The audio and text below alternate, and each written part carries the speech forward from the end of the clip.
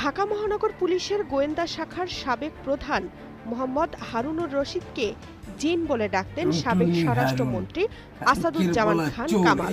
কারণ রাজনৈতিক সিদ্ধান্ত বাস্তবায়নে কার্যকর মনে করা হতো তাকে।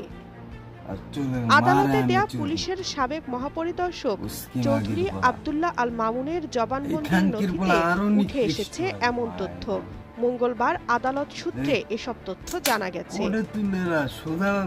জবানবন্দিতে চৌধুরী আব্দুল্লাহ আল মামুন বলেন, 19 জুলাই থেকে প্রায় প্রতি রাতে স্বরাষ্ট্রমন্ত্রী আসাদুজ্জামান খান কামালের বাসায় বৈঠক হতো তাদের।